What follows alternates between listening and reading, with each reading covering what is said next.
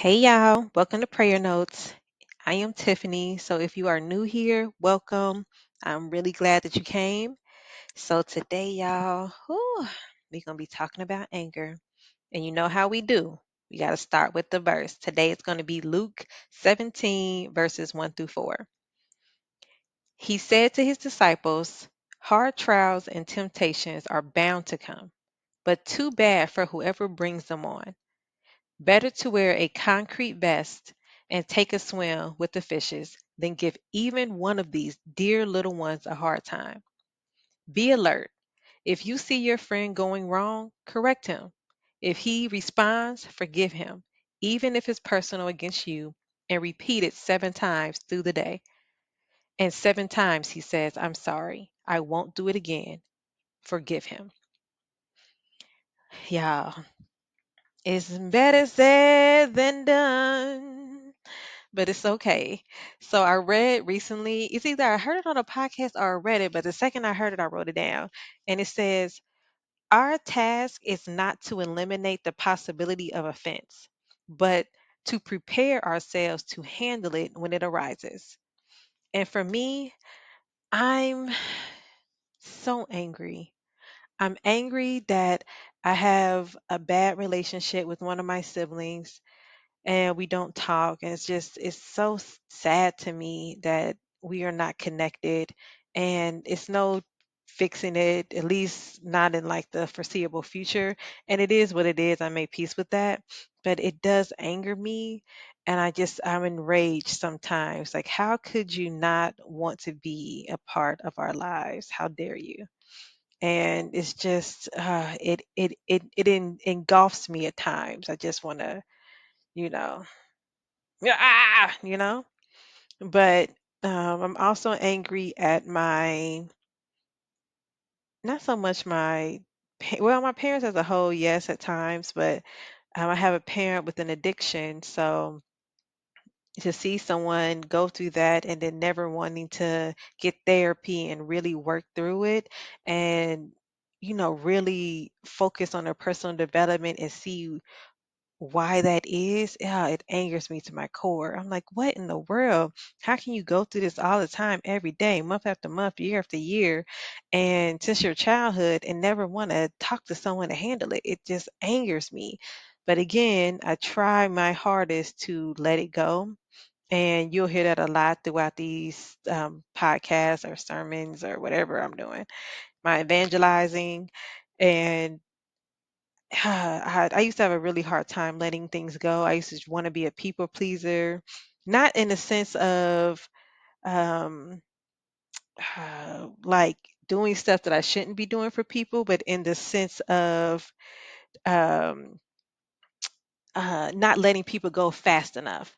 Like, it was literally to the point where I would have associates around me thinking they friends, and I'm like, nope. I had to learn, and it took me years to learn. Like 7, 8, 9, 10 years to learn. Nah, them people ain't your friend, and you need to let them go. And I learned really quick the difference between not really quick. Like, after I learned it, it was like I could disseminate who's a friend and who's an associate, who I should continue to grow in a relationship with, and who is like a high and by person, or you see them on the street, hey, how you doing, and keep it moving.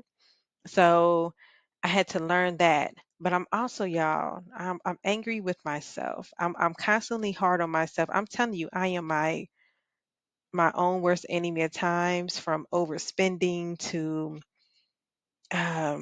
just not being where I want to be in life, to doing all of these things. Like, I am not the type of person to sit around and not implement. I will research, I will study, I will learn what I need to learn to execute, and I will even pour into others so I can teach them how to do it. But when I tell you, when I'm pouring in and I don't see the results or what have you, it does anger me. And I'm in, honey, a work in progress. And I want you all to know, if you are dealing with anger, anger from relationships, anger from a spouse situation, anger from a relationship situation, like, I get that that's a lot of people's anger for not being where you want to be. Yeah, it's a real thing, y'all, and you have to work through your emotions, because I'm telling you, it's a hard it's just hard. It's just real talk. It's hard to try to be in a good place and to forgive, and forgiving truly is for you. It sounds like that's a ridiculous thing to say, but forgiving is for you because you have to make peace with it. You have to make peace with the wrongdoing, and then you have to move on. So forgiving is so that you can go on about your day without holding into it. I have a friend that sometimes they will remember things from the past, and I'm like, wow, you're holding on to that. And I bet that person that you're offended by don't doesn't even remember. I've seen it so many times. It's like, how can you be offended when these people don't even remember what they did to you, or you probably, so just I want you all to take your anger. I want you to take deep breaths. I want you to find whatever is going to make you or put you in a better place. Me, I like to do that. 5, 4, 3, 2, 1. Deep breath. 5, 4, 3, 2, 1, and let it out and just really recenter. Now I literally keep my Bible by the bed, and I will just pull out a scripture and just read it to center myself, because it really is truthful. Like when you thinking like, oh my gosh, like I don't know what's next. I'm so angry. I'm enraged. I want to scream and I want to beat something down. And you just want to fight to get it out, to get that anger out, to try and attempt to feel better. But I just go in my car, y'all. I will sit there and I will scream. I will get in the car, and as I'm driving, I will scream. I'm trying not to have an aneurysm, but Lord. And you just got to do what you got to do. And I breathe. I attempt to meditate. Doesn't always work out, but me breathing and counting backwards, that always helps. Like I saw it on that movie one time with Charlize Theron, and ever since then, I was like, dang, that actually do work. And I'm in the military. I'm like, how did I not hear about this?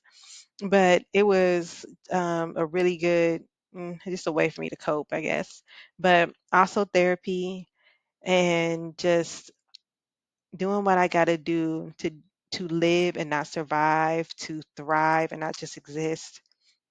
So I hope that resonates with someone. I hope that if you need to scream, go ahead and scream. If you have anger and it feels like it's balled up and you just want to get it out, and then also address it. If you have to address it with someone, whoever's causing you this anger, and learn to let people go. You should not keep seasonal people in your life, and you shouldn't keep optional people in your life. I see so many times when people are like, oh, he made me so upset, talking about a relationship, and I'm like, okay, and he's optional. So if you remove that optional person from your life, would you be at peace? Great. Okay, decision made. Moving for your life. And I'm not a big relationship person, so I'm sorry if that seems like, oh, that's just a very definite thing. I am very definite. If you are not giving me peace, because I've had such unrest and such, especially in my childhood, where I could not control my peace. Now that I can control it, I mean, this first sign of foolishness. Oh, you're out. Like immediately. So I hope that gives someone some peace out there. I hope you make a decision. And I hope that's a confirmation for someone who's like on the fence about anything that has to do with anger, or removing the thing that's causing the anger. Because sometimes you really do just have to remove, take a step back, and regroup in a peaceful place. So, as always, I appreciate you all. Thank you so much for coming, and I'll see y'all next time. Bye. Hey y'all, welcome to Prayer Notes. I am Tiffany. So if you are new here, welcome. I'm really glad that you came. So today, y'all, we're going to be talking about anger. And you know how we do. We got to start with the verse. Today it's going to be Luke 17, verses 1 through 4. He said to his disciples, hard trials and temptations are bound to come, but too bad for whoever brings them on. Better to wear a concrete vest and take a swim with the fishes than give even one of these dear little ones a hard time. Be alert. If you see your friend going wrong, correct him. Yeah.